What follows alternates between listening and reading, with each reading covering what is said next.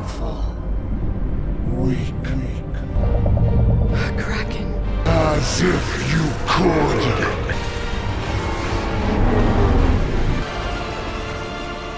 So will I. For your trial, you will enter the water plane to retrieve the lodestone.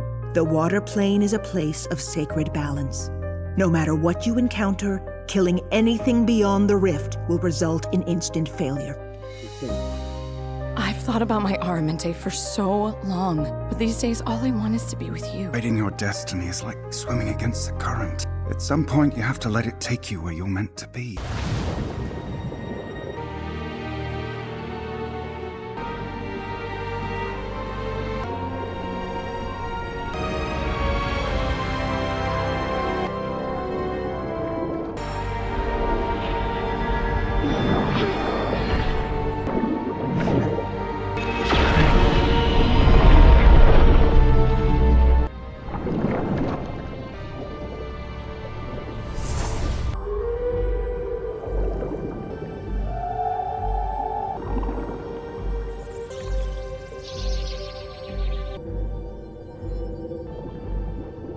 Hopeful. Powerful. Weak. Kraken. Who are you?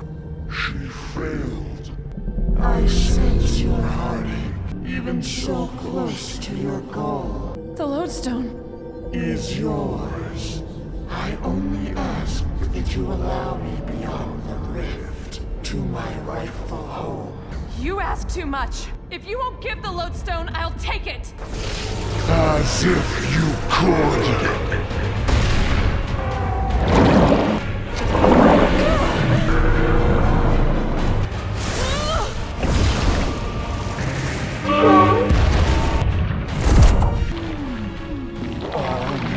Like your mother. Now her fate shall be yours.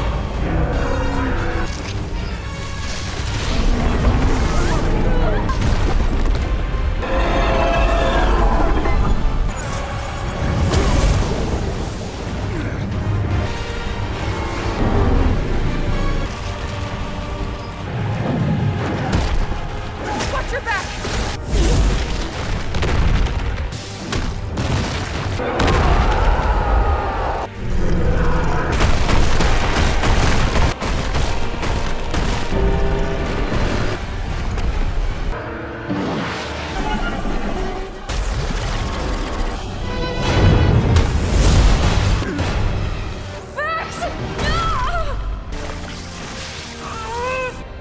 Your failure is complete. You shall be forgotten.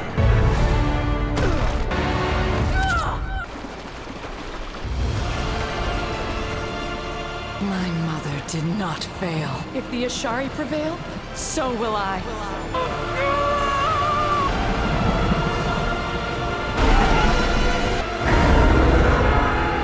Cannot protect them all. I know you had quite a day, but I'm afraid we must discuss your trial. If succeeding in my Aramente means losing people, maybe you forgot that our job is to protect. You failed my mother, and for that, I forgive you. I don't need your approval to know who I am. I do not disagree. What I was going to say was, all hail the voice of the Tempest. All hail the voice of the Tempest! All hail. If Vax'ildan is the steady arrow that never misses, her twin brother Vax'ildan is the shadow that dances on the edge of darkness. The half-elf rogue, with his nimble fingers, quick reflexes, and signature dagger whisper, moves through the world with a grace that belies his inner turmoil. He is a man of contradictions, charming yet distant, reckless yet loyal, haunted yet hopeful. Vax's journey is one of self-discovery, as he grapples with his identity, his purpose, and the inevitable pull of death. To understand him, we must follow him from the streets of Byroden to the halls of the Matron of Ravens, tracing the steps that led him from a lost boy seeking belonging to a champion who embraced his fate. Vax's early life was defined by duality. As a twin, he shared Vex's pain of abandonment, but he processed it in a vastly different way. Where Vex responded to rejection with anger and a drive to prove herself, Vax retreated into charm and humor, using his wit to deflect attention from his inner pain. Laughing is easier than crying, he once told Scanlan after a particularly brutal battle, and it keeps people from asking too many questions. He became a rogue not just for the thrill of the heist, but because it allowed him to disappear, to blend into the shadows and avoid the vulnerability of being seen.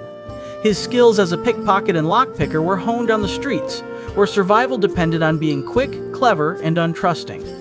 Vax learned early on that the world was a cruel place, and the only way to protect himself was to never get too attached to anyone or anything. Yet despite his best efforts, Vax craved connection. He loved Vex fiercely, and their bond was the one constant in his life. He would follow her anywhere, even into the jaws of death, and he often put her safety above his own. But his loyalty to his sister sometimes manifested as recklessness, as he took unnecessary risks to prove his love and devotion. When Vex was injured during a battle with a band of orcs, Vax charged into the fray alone, cutting down enemies left and right without regard for his own safety. "Don't you ever do that again?" Vex scolded him afterward, as she bandaged his wounds. "You're not invincible."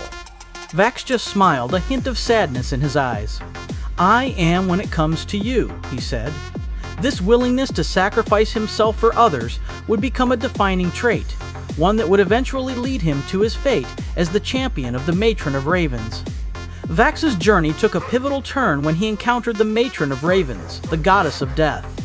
Their first meeting was not by choice. Vax was killed during a battle with a dragon, and he found himself face to face with the goddess in the afterlife. Instead of welcoming him into the void, she offered him a second chance at life on her terms. "You are not ready to die," she told him, her voice cold and distant, "but you will be. And when that time comes, you will serve me."